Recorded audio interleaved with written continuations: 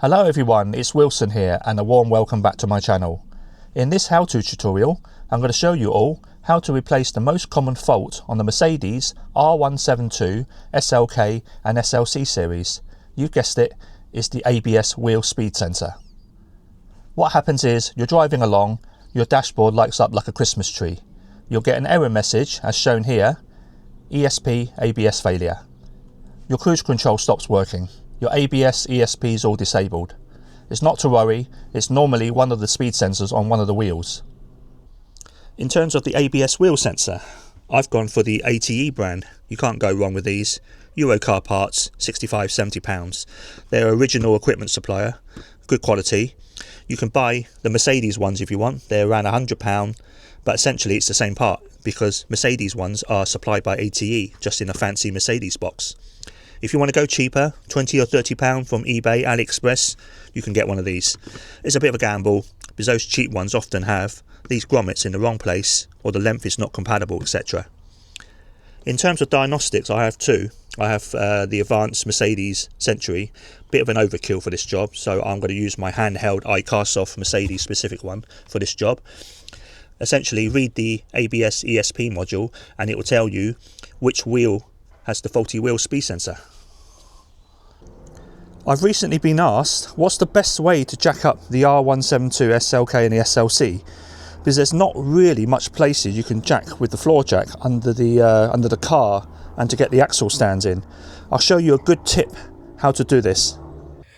Right, because the car is so short, you can actually jack up the rear with the floor jack and the whole side will basically lift up. And then when the whole side lifts up, you simply slot the axle stand under the jack point under there, and then you can let the floor jack down and it will rest onto it. So make sure this cover comes off because it will get in the way of the floor jack. When you lift it, it will rub against it. I'm also using a chock block, you can see here, that I purchased online. So this is quite handy because what it does, it slots into the original OEM jack point. You can see there's a slot there, slots into there, so it gives a good holding position to jack it up with a floor jack. There you go. So I've jacked the rear up, the whole side's come up as you can see, and then simply slot my axle stand beneath there onto the jack point, and then we're sorted, nice and easy.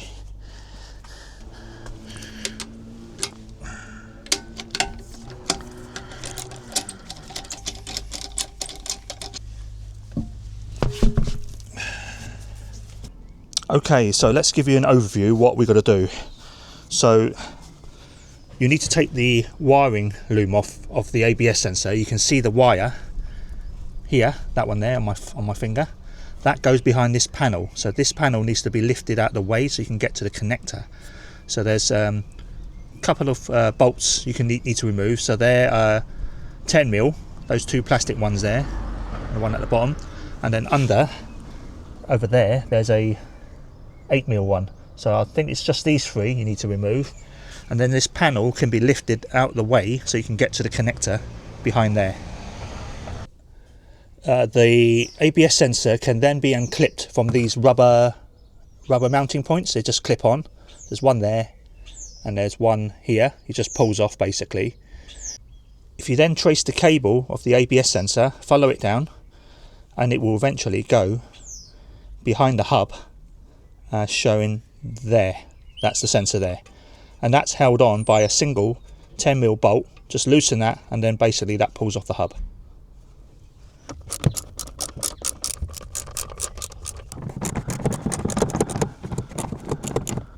Right, this is the tricky bit. So once the arch liner is bent backwards, so I bent it backwards and just rested it onto the spring cup there so the arch liner is not in the way.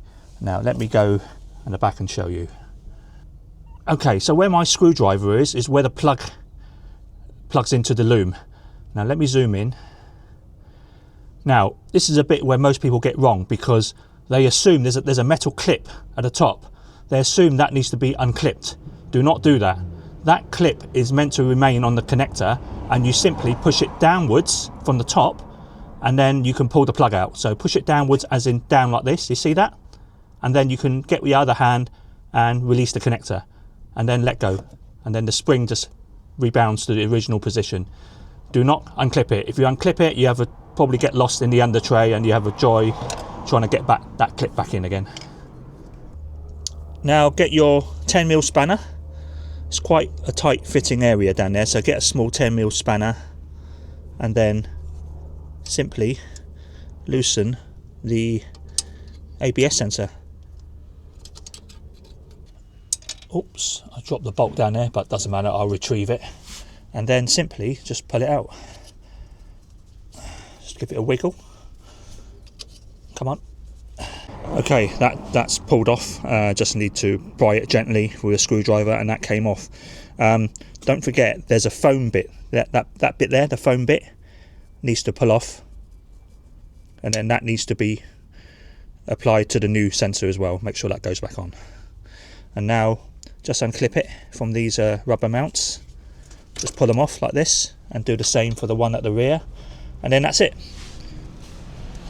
Okay, so the old one's out. The new one is all put back in.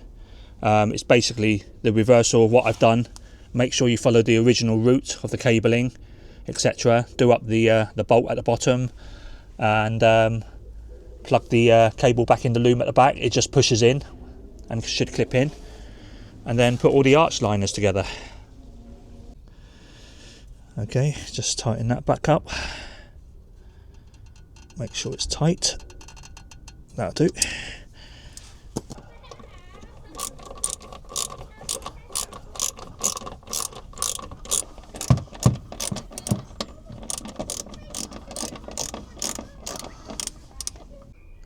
Right, job's a good one. So that took anywhere between 30 minutes to 1 hour, including preparation time. As you can see, it can be done easily on your driveway using basic tools, and hopefully that will save you costs on labour rather than taking it to the garage. Just take your car for a drive after you fitted it. All the lights on your dash and all the errors should automatically clear.